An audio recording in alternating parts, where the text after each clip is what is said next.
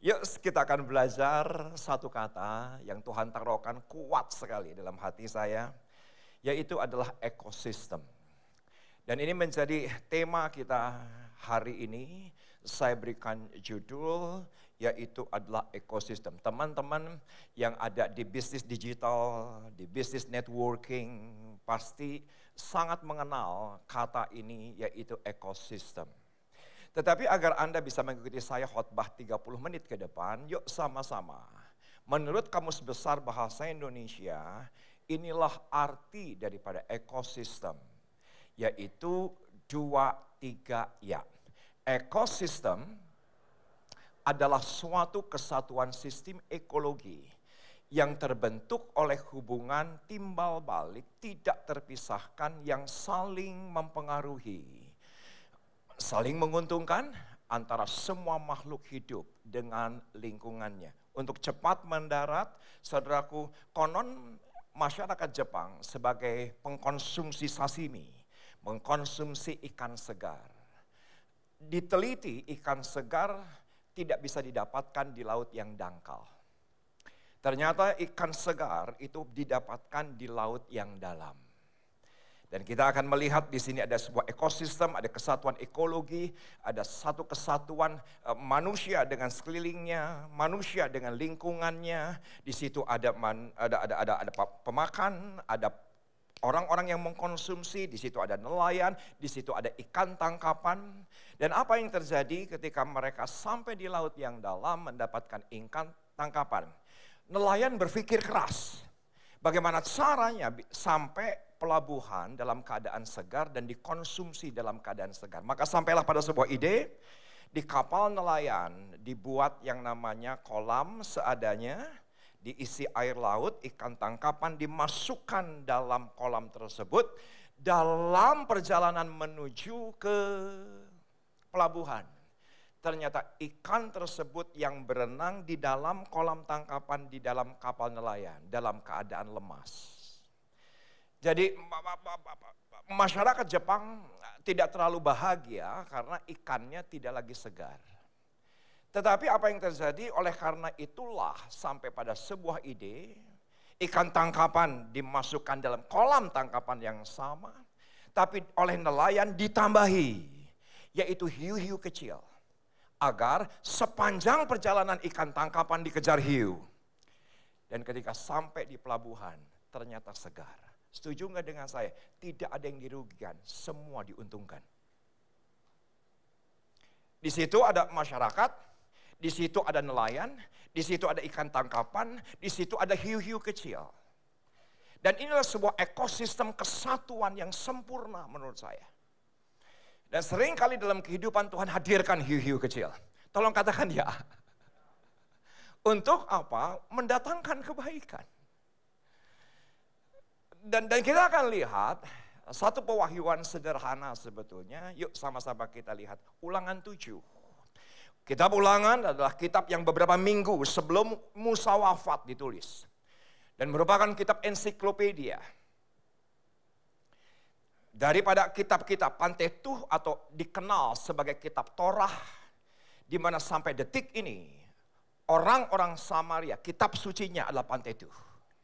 Kitab suci bagi orang Samaria sampai detik ini, juru selamat orang Samaria sampai detik ini adalah Musa.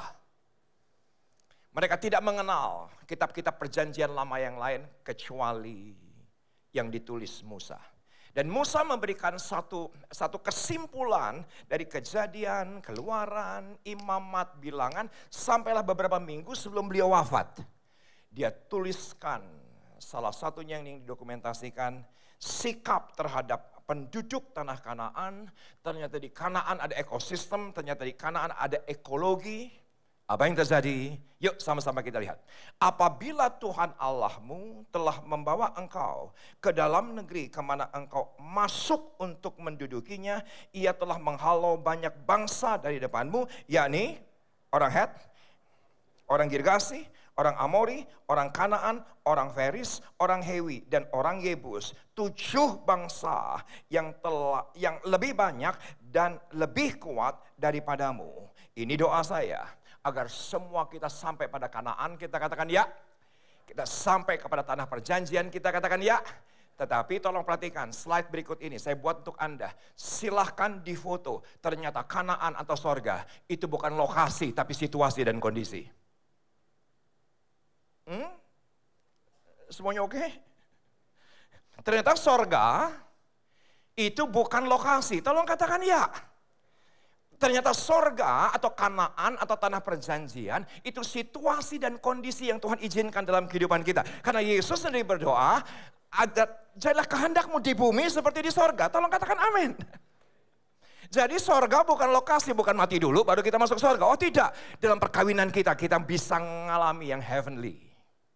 Dalam pelayanan kita, dalam ibadah kita hari ini, kita bisa mengalami yang heavenly. Tolong katakan amin. Jangan dibatasi teologianya bahwa yang namanya Kanaan itu adalah lokasi. Tanah perjanjian itu adalah lokasi.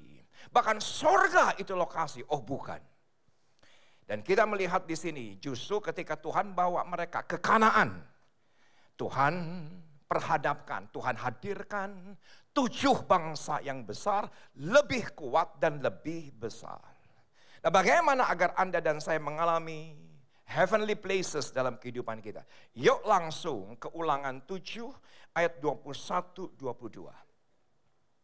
Janganlah kamu gemetar karena mereka, sebab Tuhan Allahmu ada di tengah-tengahmu, Allah yang besar dan dahsyat. Rasanya Kang, ini ayat di copy paste oleh Zefanya.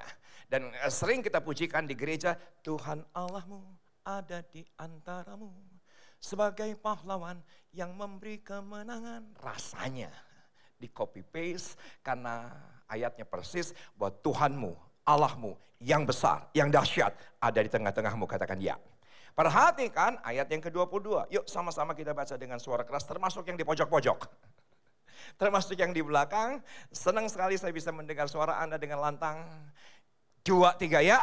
Tuhan Allahmu akan menghalau bangsa-bangsa ini dari hadapanmu sedikit demi sedikit. Engkau tidak boleh membinasakan mereka dengan segera, supaya jangan binatang hutan menjadi terlalu banyak melebihi engkau. Ternyata untuk masuk ke Kanaan, ternyata untuk masuk pada heavenly places, saudaraku, ada ekosistem. Dan bangsa Israel harus temukan 7 bangsa besar. Tapi ini janji Tuhan untuk Anda dan saya. Tuhan akan halau sedikit demi sedikit. Ternyata Tuhan akan halau, saudaraku, little by little. Tuhan tidak berjanji langsung sekali doa puasa, 7 bangsa besar langsung lari tunggang langgang. Tuhan tidak janjikan itu. Sekali doa malam, Tuhan tidak janjikan langsung dihalau dan selesai. Tetapi sedikit demi sedikit. Kenapa? Ternyata 7 bangsa besar ini untuk hidup di Kanaan, untuk hidup di tanah perjanjian, saudaraku, sehari-harinya makanannya adalah binatang hutan. Semuanya oke? Ekonon cicing wae atuh. Semuanya oke? Semuanya oke? Tolong lihat tangan saya. Anda jangan terus lihat kaki saya, apakah saya pakai kaos kaki atau tidak. Oke. Ternyata untuk masuk ke tanah Kanaan ada 7 bangsa besar. Lebih kuat, lebih besar. Dan ternyata untuk sampai ke tanah perjanjian, saudaraku, yang namanya 7 bangsa besar ini, yang sehari-harinya mengkonsumsi binatang hutan. Tidak boleh, kata Tuhan, dihalau dengan segera. Kenapa? Kalau dengan segera binatang hutannya semakin banyak dan engkau bangsa Israel yang dimakan binatang hutan. Bisa ngerti ayatnya? Kayaknya saya harus ke sini. Tolong lihat tangan. Saudaraku, ternyata untuk masuk ke Kanaan ada sebuah ekosistem. Ekosistemnya ada 7 bangsa besar, tapi juga ada binatang hutan. Dan Tuhan berkata, aku akan halau sedikit demi sedikit. Kenapa sedikit demi sedikit? Agar binatang hutannya tetap ada yang mengkonsumsi. Nah, secara figuratif, apa yang kita bisa pelajari hari ini? Saudaraku, 7 bangsa besar itu ada di sekitar kita. Tapi maaf, binatang hutan itu ada di dalam hidup kita. Alkitab berbahasa Inggris menggunakan kata the beast. Dan kalau secara teologi, apa sih yang namanya binatang hutan? Apa sih yang namanya binatang buas? Anda bisa lihat detail, yaitu di Galatia pasal yang 5. Perbuatan daging. Saudaraku, yang di dalam kehidupan kita, kawan nafsu. Dalam kehidupan kita kesombongan, dalam kehidupan kita perselisihan, dalam kehidupan kita, saudaraku, ada begitu macam binatang-binatang hutan ternyata dikonsumsi oleh orang-orang di sekitar kita, katakan ya. Padahal kita inginnya. Saudaraku, 7 bangsa besar sekali tengking, sekali patahkan, sekali hancurkan, dihalau dan pergi. Tidak, sedikit demi sedikit. Dan ketika sedikit demi sedikit, kita akan membawa sebuah keindahan sebetulnya dalam kehidupan kita. Maka saya sediakan slide untuk Anda dan saya, perhatikan, Tuhan menghalau. Musuh di luar kita, sedikit demi sedikit menyesuaikan reaksi hati. Katakan bersama dengan saya, reaksi hati. Belum semua, katakan bersama dengan saya, reaksi hati. Saudaraku, reaksi hati kita untuk membersihkan musuh binatang buas yang ada di dalam kehidupan kita. Karena Tuhan tidak pernah punya masalah dengan masalah kita, katakan ya. Tuhan punya masalah dengan hati kita. Ekonon cicing wae. Setuju nggak dengan saya? Seberapapun masalah Anda, Tuhan tidak punya masalah dengan masalah kita. Karena dia lebih besar dibandingkan masalah kita. Tapi Tuhan bermasalah dengan sikap hati kita. Ketika kita temukan 7 bangsa besar, kita bersungut, kita malah kepahitan, malah kecewa. Apa yang terjadi? Kuasanya menjauh dari kehidupan kita. Ini doa saya. Roh kita cerdas hari ini. Ketika kita bisa mendeteksi orang-orang di sekitar kita. Perhatikan, yang pertama, yang Tuhan halau, yaitu adalah hat. Saya membaca berbagai literatur. Saya tidak pernah sekolah Alkitab, saya tidak pernah sekolah seminari, saya tidak pernah sekolah teologi. Jadi saya dipaksa otodidak untuk mempelajari resources yang ada di handphone saya. Dan resources yang ada di handphone saya mendapati 7 bangsa besar ini berbagai literatur secara figuratif. Arti daripada hat adalah teror. Saudaraku, saya melayani sebuah gereja sederhana, Gereja Betel Indonesia Sawangan, sekitar Parung. Oleh karena kepercayaan Tuhan dari pendeta Dr. Insinyur Niko Nyoto Raharjo, di mana ketika ayah beliau, pendeta Suwito Nyoto Raharjo wafat, saudaraku 17 tahun yang lalu, saya dipercayakan untuk pelayanan di GBI Sawangan. Struggle luar biasa, lingkungan di sekitar rasanya tidak pernah ada berita baik. Yang ada adalah teror. Setuju dengan saya? Tuhan izinkan untuk memakan binatang hutan dalam hidup saya. Supaya saya semakin rendah hati. Bisa ngerti khotbahnya? Supaya saya semakin mengandalkan Tuhan. Tolong katakan ya. Saudaraku, gereja kami ada di sebuah bangunan dari tahun 60-an. Yang mana mereka berkata, tidak boleh direnovasi, tidak boleh diperbesar. Kami melarang, tapi karena ada panti jompo, kami izinkan gereja ini beribadah 4 bulan yang lalu. Pos satpam yang di depan oleh karena puting beliung, saudaraku, atapnya keangkat. Oleh karena atapnya keangkat harus direnovasi dong. Dan tahu, setelah kami renovasi, dalam waktu 1 minggu lingkungan datang ke gereja, ini satpamnya sekarang terlalu mewah. Katanya begitu, saudara. Kalau bisa dibongkar lagi. Saudaraku, teror ada di mana-mana. Dan Tuhan izinkan. Tolong katakan ya, bagus. Untuk memakan the beast dalam kehidupan saya. Untuk memakan binatang-binatang hutan dalam kehidupan saya. Untuk memakan perbuatan-perbuatan daging sesuai dengan Galatia 5. Perhatikan saudaraku yang kedua dengan cepat. Kita temukan ternyata di tanah Kanaan yang kedua ada yang namanya adalah Girgasi. Girgasi secara figuratif artinya trouble. Saudaraku, Girgasi secara figuratif artinya orang yang selalu saja mendatangkan masalah dalam kehidupan kita. Setuju dengan saya? Kita temukan orang-orang terdekat di antara kita yang saudaraku yang selalu bikin masalah, ya nggak sih? Dari waktu ke waktu, saya punya keluarga kecil di Pamulang. Saudaraku, ada beberapa orang, Kang, itu ART yang di rumah, namanya Sule, Betawi asli, kok kuat ya, dia 17 tahun kerja di rumah, Kang. Anda tahu jawaban saya? Harusnya elu nanya sama gua, kenapa kok gua kuat gitu loh. Karena selalu saja bikin masalah. Ayah wae, katakan bersama dengan saya ayah wae. Tenang saudara nggak perlu cari Google Translate lah. Toh nulisnya juga bingung. Saudara, ayah wae, bikin aja masalah. Inilah rusak, inilah ada aja. Tetapi ini menjadi pergumulan saya. Kenapa?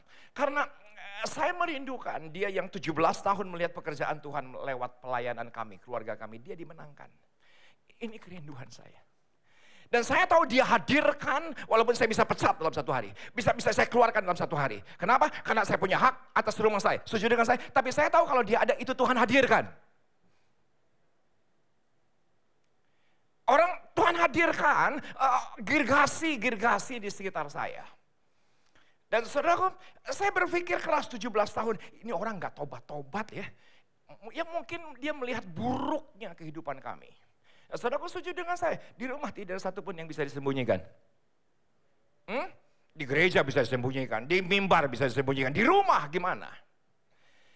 Dan ini menjadi pergumulan saya dengan Elsa yang bertahun-tahun kami doakan. Dan saudaraku, apa yang salah dengan saya, apa yang salah dengan pelayanan kita? Padahal dia terus terang saja sudah melayani. Kenapa sudah melayani? Karena kebutuhan kami, kebutuhan gereja. Dia yang melayani sebagai asisten rumah tangga. Sule tolong bawain ini, Sule tolong bawain ini, Sule kamu tolong ke saya. Setuju dengan saya itu pelayanan. Ya gak ada bedanya sama yang pengkhotbah. Kenapa? Toh sama-sama 1 dinar. Jangan dipikir yang di mimbar yang lebih mulia. Yang pemusik di sini lebih mulia. Oh tidak. Saudaraku, intercessor yang di belakang sana pun sama mulianya 1 dinar. Dan saudaraku, saya bergumul dengan Sule. Dan Betawi asli, Kedar yang begitu kuat, lingkungan yang begitu kuat. Dan saya mengucap syukur kemarin jam 4 sore, saya keluar dari loker di teras kota, istri saya berkata, "Pak, ada instruksi dari Sule." Instruksinya adalah, selama 17 tahun dia tidak pernah perintah saya. Tapi hari kemarin dia perintahkan saya. Kenapa? Saudaraku, Pak Risa, setelah ini Bapak mau kemana? Saya ada pelayanan di GBI Tanjung Duren. Sepulang Bapak ke rumah, saya memberi diri di baptis selam. Tepuk tangannya fales. Dan buat kami ini berkat besar. Tolong katakan ya. Ini buat keluarga saya kemenangan besar. Saya senang begitu ribuan orang, saudaraku, bisa diselamatkan bahkan lewat pandemi ini. Paling sedikit 300 orang yang kami layani dan dibaptis. Saudaraku, saya senang dengan semuanya itu. Bahkan saudaraku, selama pandemi ketika PPKM yang keempat. Saudaraku, semua mall ditutup, semua apartemen, semua kolam renang ditutup. Saya tidak pernah kehabisan akal. Kalau mau dibaptis di kolam koi di rumah saya. Saya tidak pernah kehilangan akal. Dan bersaudaraku, bukan dari orang Kristen, bukan orang percaya, dari agama sepupu. Saudaraku yang sudah dibaptis, 6 jiwa. Di mana di kolam koi. Beberapa orang posting dan saya dihujat oleh netizen. Ini pendeta kurang rohani. Menistakan sakramen kudus baptisan. Kan seharusnya ikannya diangkat dulu, kata begitu. Lah kumaha iraha bener teh, manya kudu diangkat hiji-hiji heula, engke caina diasupkeun deui, ka dikeluarkeun deui dah hese atuh. Teka pikir saya mah, ini pendeta tidak mensakralkan. Saya tahu persis saudara, secara teologia itu dibenarkan. Secara teologia itu dibenarkan. Kenapa? Karena Yesus 2000 tahun yang lalu dibaptis, pasti di sungai Yordan ada mujair. Pinterlah sedikit. Emang diserokin dulu sama Yohanes membaptiskan kagak. Dan saya bersuka cita. Tadi malam saya tiba di rumah sekitar jam 9:30. Jam 11:07. 1 jiwa diselamatkan. Itu luar biasa. Itu luar biasa. Yang ketiga perhatikan, yaitu Amori. Challenge with words secara figuratif. Apa sih orang-orang Amori? Orang-orang yang selalu membantah dengan kata-kata. Banyak di antara kita? Banyak di sekitar kita? Banyak. Kita bilang A, dia bilang B. Kita bilang B, dia bilang C. Saudaraku, ada aja yang di sekitar kita. Bahkan maaf, sering kali yang menjadi Amori adalah pasangan kita di rumah. Apa saja yang kita katakan selalu dibantah. Pak, Bu, ternyata penelitian mengatakan kenapa suami punya will, istri punya pil, anak ngupil. Itu tambahan dari saya. Ya, ini lucu-lucuan tahun 90 lah. Dan apa yang terjadi? Ternyata penelitian mengatakan kenapa suami punya will, bukan karena lebih cantik, bukan karena lebih seksi, karena lebih nurut, karena kemungkinan istrinya keturunan Amori. Gitu, saudara. Karena apa saja yang dikatakan suaminya selalu dibantah. Di tempat umum dibantah, di gereja dibantah, lagi rapat dibantah. Akhirnya bukan karena selingkuhan lebih cantik, bukan, tapi karena lebih nurut. Begitu juga katanya, menurut penelitian, kenapa istri punya pil?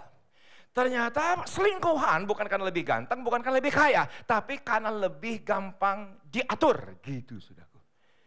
Maaf, Bu.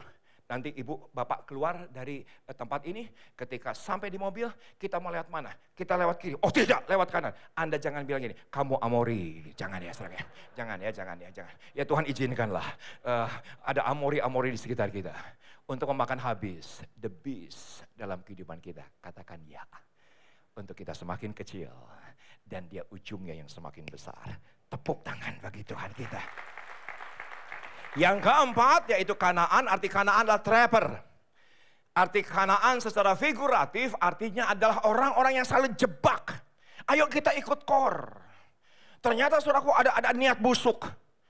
Ada di komunitas orang ini pengen menang sendiri. Kalau apa-apa dia yang harus ngambil keputusan. Kalau apa-apa mutung, kalau apa-apa anxiety, kalau apa-apa overthinking. Ada orang-orang di sekitar kita yang seperti manis di depan, ternyata jebakan tikus di belakang.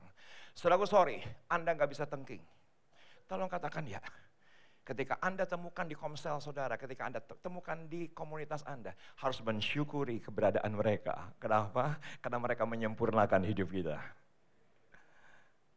Saya harap dengan khotbah sederhana ini, semua kita pulang tidak sama seperti kita datang. Yang penting, katakan kepada sebelah kanan kiri, bukan kamu hiunya. Gitu, saudara. Ya, katakan kepada sebelah kanan kiri, bukan kamu hiunya, gitu kan. Yang kelima, saya mencatat, yaitu adalah Veris. Veris artinya illegal camper on my ground. Arti Veris adalah orang yang penyerobot di ladang kita, penyerobot di gereja kita, penyerobot di bisnis kita, penyerobot di komunitas kita. Mereka hadir hanya untuk illegal camper on my ground. Kita sudah pelihara baik-baik, pacar dicuri sahabat. Istri selingkuh sama teman. Illegal camper on my ground. Tapi ketika kita singkapi dengan benar, kita lepaskan pengampunan, kita lepaskan berkat, saya begitu yakin setelah itu Yesus yang akan beracara dalam kehidupan kita. Tuhan izinkan perbuatan daging itu dikikis, dieliminir oleh keberadaan ekosistem kerajaan Allah. Semuanya oke hari ini? Semuanya oke? Saya kira tangan-tangan yang menerima pencerahan dari Tuhan dan Tuhan menolong kita. Tepuk tangan bagi Tuhan kita. Yang pertama yaitu adalah head artinya teror. Yang kedua Girgasi artinya trouble. Yang ketiga Amori artinya challenge with words. Arti yang keempat Kanaan yaitu trapper. Arti yang kelima secara figuratif adalah illegal camper on my ground. Dan yang terakhir saya tutup di sini. Yebus artinya adalah tend to do evil. Yaitu orang-orang yang selalu berniat jahat. Niatnya tuh gak ada yang baik gitu. Dan niatnya selalu jahat, menggerogoti. Dan kita lihat orang-orang yang seperti ini, sorry masih 6 rasanya ya. Betul ya? Masih 6, oke saya mundur sedikit. Heavy, arti heavy yaitu poison. Dan setuju dengan saya ada kata populer yang similar, yaitu toxic. Dan begitu banyak orang, saudara yang di sekitar kita toksik aja, racun aja. Kita perkataannya racun, tidak ada yang membangun. Perkataannya racun, hanya mengintimidasi. Perkataannya racun, hanya ingin menang sendiri. Tuhan hadirkan orang-orang di sekitar kita. Saya nggak pernah bisa lupa menjelang Pendeta Suitono Raharjo wafat. Saya sebagai wakil gembala sidang berkata, tolong volunteer atau key volunteer yang mau temenin Om Nyo di rumah sakit. Dan ternyata ketika menemani Om Nyo di rumah sakit, Om Nyo pegang pendoa syafaat itu, titip GBI Sawangan. Dan ketika Om Nyo wafat, ternyata Pak Niko meminta saya untuk melanjutkan pelayanan ayahnya. Saudaraku, jemaat ini marah besar. Karena dia pikir dia bakal jadi gembalanya, gitu. Saya khotbah, diposting. Naon teh dikirim surat kaleng ke Pak Niko, surat kaleng ke Pak Dani Tumiwa.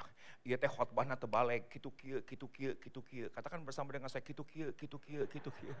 Pokoknya aya we. Segala rupa salah we saya teh. Saudara sudah lakukan yang terbaik, tiba-tiba dia bilang, "Pak, ini WA undangan nanti jam 5 sore kita berantem one on one." Bayangkan, ini jadi masalah, dia adalah karateka dan 4 saya dan lain-lain. Dan itu menakutkan buat saya, dan saya nggak mau. Dan apa yang terjadi, selalu saja apa saja yang dikerjakan toksik. Tapi saya kenali dia, saya kenali kehadirannya. Pernah rapat Kang, di gereja. Dan rapat gereja memutuskan, agar orang ini diskors, dan kalau nanti berhasil diskors, biarkan dia izinkan keluar sendiri. Anda tahu, saya berkata, jangan izinkan dia keluar. Nanti kalau dia keluar, Tuhan kirimkan yang lain. Nah, pinterlah sedikit. Ya mendingan kita urus saja yang ada, tolong katakan dia. Ya mumpung masih bisa dijinakan, dan akhirnya dia melayani Tuhan. Akhirnya dia menjadi gembala komsel di gereja kami. Saudaraku, waktu pandemi 3 bulan sebelum wafat, saya telepon istrinya. Namanya Kang Iwan, almarhum. Orang Cianjur. "Kang, ibu kumaha Kang Iwan?" "Nya tedamang naon, nya tos teu raosan atau tuangna kumaha, engke ku abdi dikirimkeun." Tenang, itu bukan bahasa roh. Oke. Nggak perlu ditafsirkan. Kayak dari tadi Anda loading, terus itu jelema ngomong naon. "Adi, mana si Adi teh? Di, translate, Di." Dan apa yang terjadi?